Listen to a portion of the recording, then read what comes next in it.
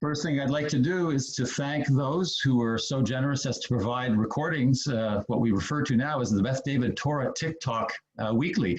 So again, the Epstein trio has done a wonderful job. I want to thank Max Ander as well, and Bonnie Bereskin for adding their chanting and singing. So hopefully some of you will be inspired by what you see on the website and choose to add something in the coming weeks as well. Parshat Pinchas. If I were to ask you, and no need to answer, it's okay, what would you say is the most ritually read, laned, or chanted verse in the Torah? So if you thought about it for a moment, you probably wouldn't think too much. You'd probably say the phrase, Vayidaber Adonai el Moshe lemor. That's what we hear more times than any. But that set of words is not a verse that's repeated. Each has its own verse identity. It's a chapter and a verse in a specific area of the Torah. The words chanted more than any other as a verse repeated is verse 3 of chapter 28 in the book of Bamidbar, which we would be reading tomorrow, of course. That would be the correct answer. And not only because we read that as part of the sacrifices of Rosh Chodesh, which is read more than any other portion in the Torah, but also because that verse, every time we read for Rosh Chodesh on a weekday, that verse is read twice. So a little bit of Torah interest, but my purpose here is not to deal with pedantic pilpul. We tell of the practice of sacrifice laid out in great calendrical detail in this week's Parsha. And it's no coincidence that tracts of Pinchas are read ritually more than any other portion in the Torah. These acts were what Jews did back then. They didn't go to shul, although they paid a kind of membership fee. They didn't put on talit or tefillin for most of that period. And they didn't struggle over pronunciation of Hebrew or Aramaic when trying to read or to recite the Kaddish or the Amidah. They dragged an animal or slung a sack of grain over their shoulder or a bag of silver placed in their garment and headed for Shiloh or Jerusalem, or they sent an emissary on their behalf. Try as we may, it's probably beyond our ability to fully appreciate the significance of sacrifice in ancient times as the Israelites tread through the desert for 40 years, continued use of the Mishkan for a couple of centuries more before the temple was built by Solomon.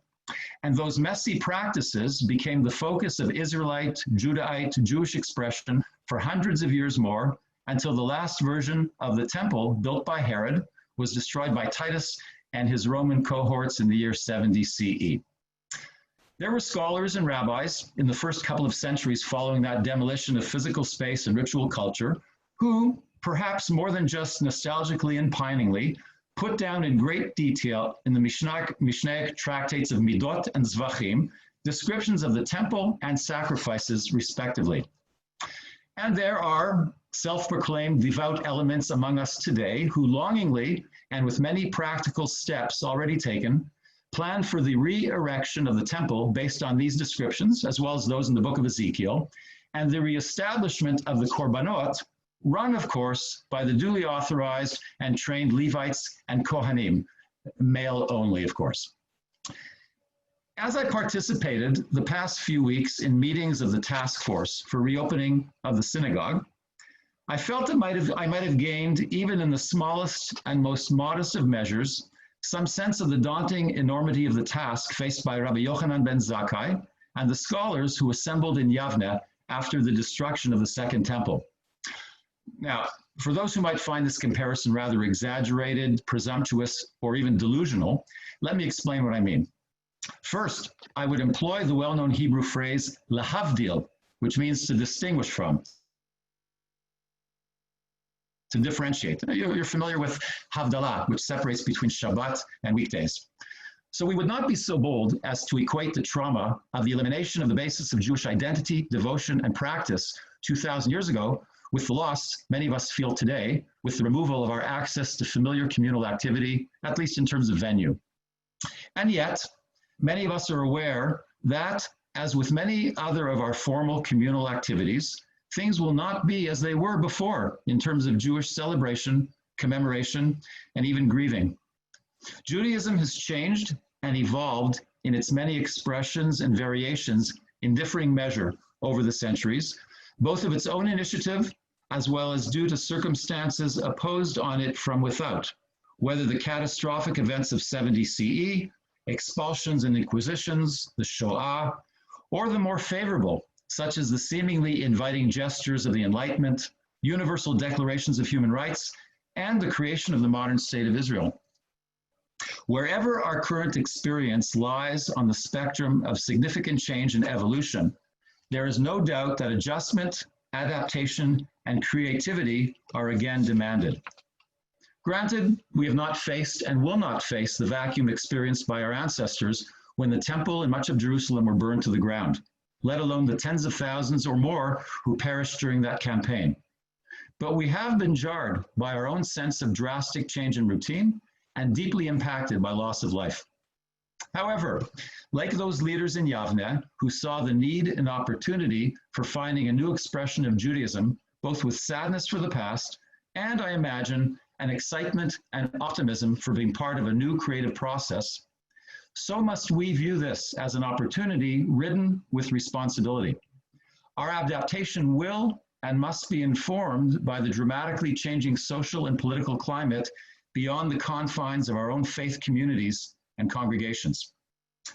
Certainly, we will be nostalgic and even melancholic about practices and traditions that were such a significant part of our Beth David experience, but we should also be somewhat thrilled, if with intimidation, about the chance right now to work together with those of all ages, generations, and with varied interests and identities in our community to build something that will be of relevance and sustainable as we, like our leaders 2 millennia ago, reemerge into, however narrowly or broadly or hesitatingly we define it, a new world.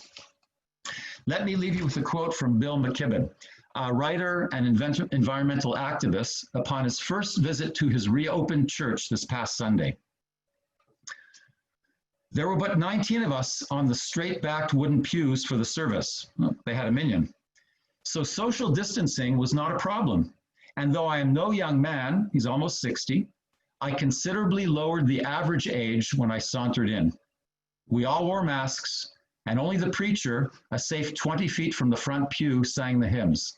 Still, it felt deeply familiar and deeply comforting. But much as I enjoy singing hymns, I was glad we were still masked and silent on Sunday morning, that we had to sit apart, that instead of passing the peace with a handshake or a hug, we were restricted to a namaste bow. One hopes that these kinds of changes will last for many months to come, and not simply for reasons of public health. They are uncomfortable reminders that we should remain uncomfortable even as life starts back up. Normal is the enemy. Shabbat Shalom. Shabbat Shalom. Thank you, Michael. I'll turn it, Yashar Koach, and I'll turn it